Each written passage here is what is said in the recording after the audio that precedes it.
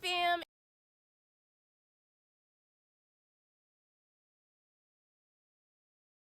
It's your girl Ashley, and you're back with another video, and today I'm going to be learning about why do the British drive on the left side of the road, because we drive on the right. However, we do have some vehicles that still have the steering wheel and the engine on the left side, but you have to drive on the right side. Yeah, you have to drive on the right side. We're going to talk about that in a few.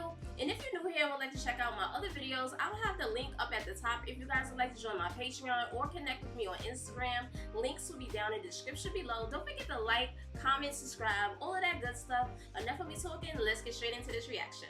If you have ever visited the UK, it is hard to miss the fact that they drive on the left. This can be quite disorienting, as around 65% of the world drives on the right. I wonder why it's disorienting. Is it because of the way that the brain works? Is it because you're so used to driving on the right side? So if you go to drive on the left, do you get dizzy? I wonder what happens. Comment down below, let me know. Have you ever wondered why this is? Interesting. Why did the UK and most of its former colonies choose to drive on the left? The answer is a rather long and complicated one. Let us explain.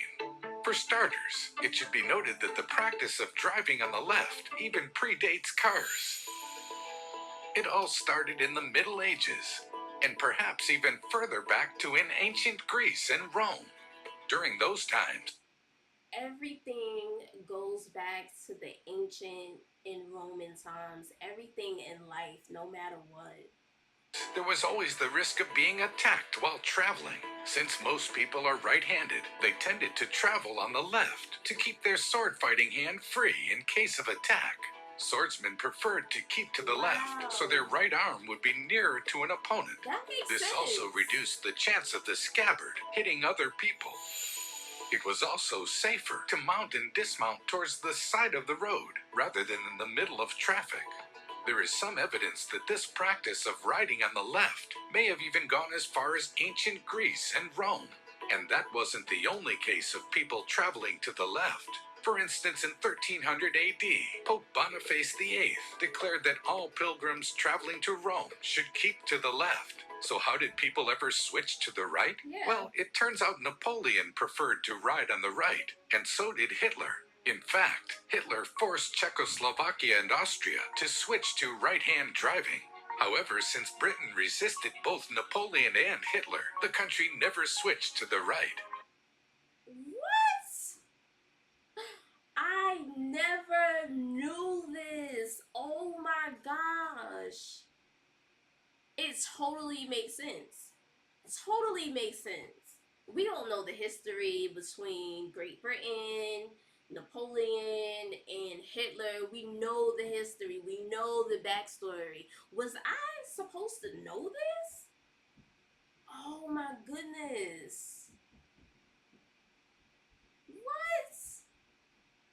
Oh my god, I can't believe you learn something new every day. Oh my gosh. One country that did not have to make the switch, however, was America. Although the U.S. likely started out riding on the left, as in England, the country has been driving on the right side of the road since colonial times. At that time, the country saw the use of large wagons that were drawn by several pairs of horses. These wagons had no driver's seat, and the driver sat on the horse at the rear left. Driving to the right meant the driver could see oncoming traffic, and it also made it less likely they would steer into a ditch. But we still have some vehicles. Well, no. I guess it really doesn't matter, right? Because we still have vehicles that have the steering wheel on the left and engine on the left, but you still have to drive on the right.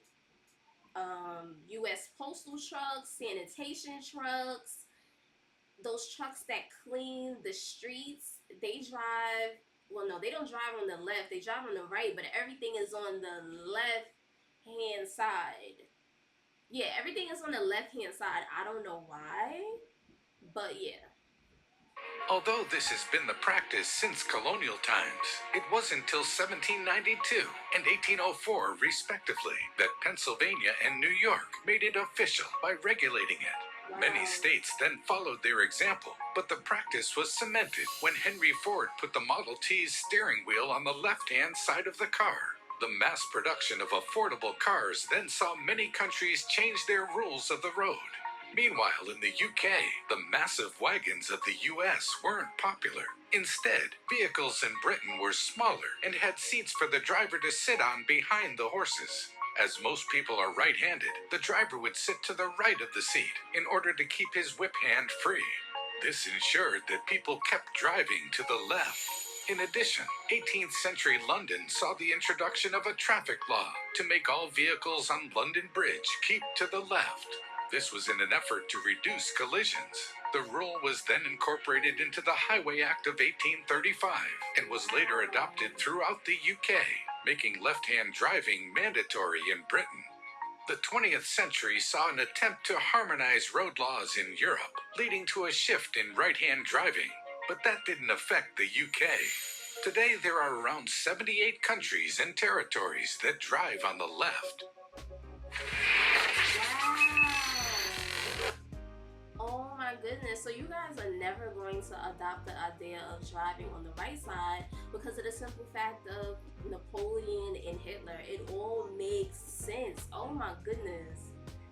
Wow. Oh my gosh. I cannot believe this. Comment down below.